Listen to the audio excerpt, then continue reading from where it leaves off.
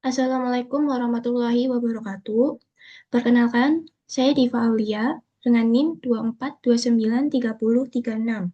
Pada kesempatan ini, saya akan menjelaskan Entity Relationship Diagram atau ERD toko buku yang telah saya buat.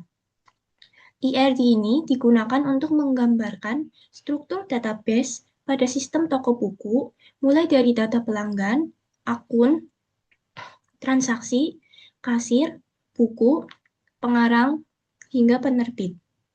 Nah, pertama,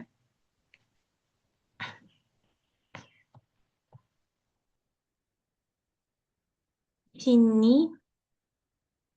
sini ada entitas pelanggan.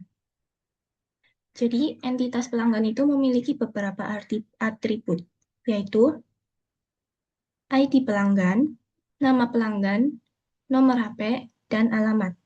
Data pelanggan digunakan untuk menyimpan informasi identitas setiap pelanggan yang melakukan pembelian di toko buku. Hubungan antara pelanggan dan akun adalah one-to-one. Artinya, satu pelanggan hanya memiliki satu akun dan satu akun hanya dimiliki oleh satu pelanggan. Kedua, ada entitas akun. Nah, di dalam entitas akun ini memiliki atribut, yaitu ada ID akun, ID pelanggan, email, password, dan username. Entitas akun ini digunakan sebagai media login pelanggan ke dalam sistem. Karena hubungan pelanggan dengan akun adalah one-to-one, maka setiap akun pasti terhubung dengan satu pelanggan. Berikutnya ada entitas transaksi. Di entitas transaksi ada atribut yaitu jumlah, ID transaksi, total bayar, dan ID akun. Hubungan antara akun dan transaksi adalah one-to-many. Artinya, satu akun dapat melakukan banyak transaksi pembelian. Sebaliknya, setiap transaksi hanya dimiliki oleh satu akun. Contohnya, seorang pelanggan dapat membeli buku berkali-kali dalam waktu yang berbeda menggunakan akun yang sama. Kemudian ada entitas kasir. Di entitas kasir ini ada atributnya ID kasir, nama kasir, alamat, dan nomor HP. Kasir ini bertugas untuk memproses transaksi yang dilakukan pelanggan. Hubungan antara transaksi dan kasir direalisasikan melalui tabel penghubung bernama transaksi kasir.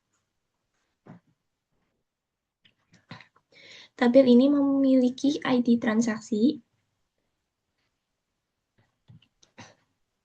itu sebagai primary key, transaksi ID itu sebagai foreign key, dan kasir ID sebagai foreign key. Penggunaan tabel penghubung bertujuan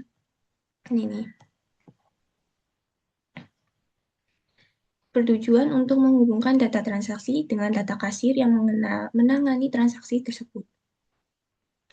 Kemudian,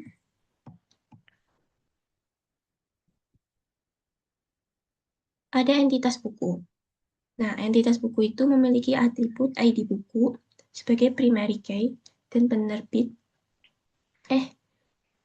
Ada harga, ada ISBN, dan tahun terbit. Buku merupakan objek utama yang dijual dalam sistem toko buku. Setiap buku memiliki kode ISBN yang berbeda dengan sebagai identitas unik buku. Selanjutnya ada entitas pengarang. Mana ya? Nah, di sini. Di entitas pengarang itu atributnya ada ID pengarang, tanggal lahir, dan nama pengarang. Pengarang merupakan penulis dari buku yang tersedia di toko buku. Pada diagram ERD, terlihat hubungan antara pengarang dan buku adalah one-to-many. Artinya, satu pengarang dapat menulis banyak buku. Namun, pada mode relasional digunakan tabel penghubung buku pengarang agar lebih fleksibel apabila suatu buku memiliki lebih dari satu penulis. Terakhir, ada entitas penerbit. Entitas penerbit memiliki atribut ID penerbit, email, tahun, dan alamat. Hubungan antara penerbit dan buku adalah one to many. Artinya, satu penerbit dapat menerbitkan banyak buku, sedangkan satu buku hanya diterbitkan oleh satu penerbit. Jadi, secara keseluruhan di IRT toko buku ini, pertama yaitu pelanggan mendaftarkan akun ke dalam sistem. Setelah memiliki akun, pelanggan dapat melakukan transaksi pembelian buku. Buku transaksi tersebut akan diproses oleh kasir. Buku yang dijual berasal dari penerbit tertentu dan ditulis oleh pengarang tertentu. Seluruh data tersebut itu saling terhubung melalui relasi yang telah dirancang dalam IRD ini, sehingga informasi dapat disimpan dan dikelola dengan baik di dalam database.